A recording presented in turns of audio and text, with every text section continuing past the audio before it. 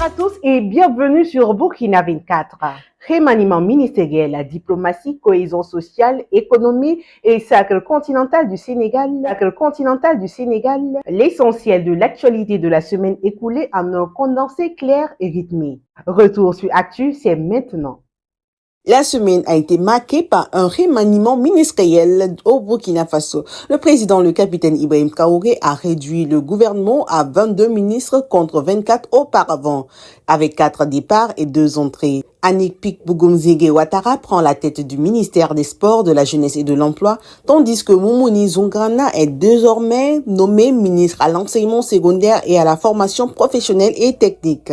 Dans la nouvelle architecture gouvernementale, plusieurs ministères ont été fusionnés. Les infrastructures et l'habitat deviennent le ministère de la construction de la patrie, dirigé par Mikaïlou Sidibé. L'agriculture et l'environnement fusionnent pour former le ministère de l'agriculture, de l'eau, des ressources animales et halieutiques confié à Ismaël Sombier. Des changements de nomination sont également enregistrés. La fonction publique devient le ministère des serviteurs du peuple, la défense devient le ministère de la guerre et de la défense patriotique, les affaires étrangères sont simplifiées et l'action humanitaire devient le ministère de la famille et de la solidarité. Et le nouveau gouvernement compte désormais 5 femmes.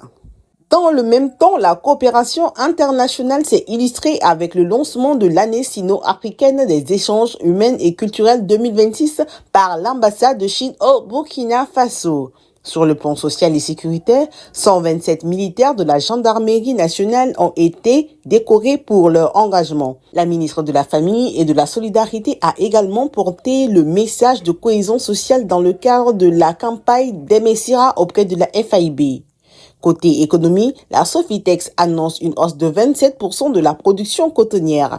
À cela s'ajoutent des actions de solidarité, notamment un don de l'international Georgie Minungu aux orphelins de l'armée de l'air et de la remise des cages flottantes à des militaires admis à la retraite pour leur conversion.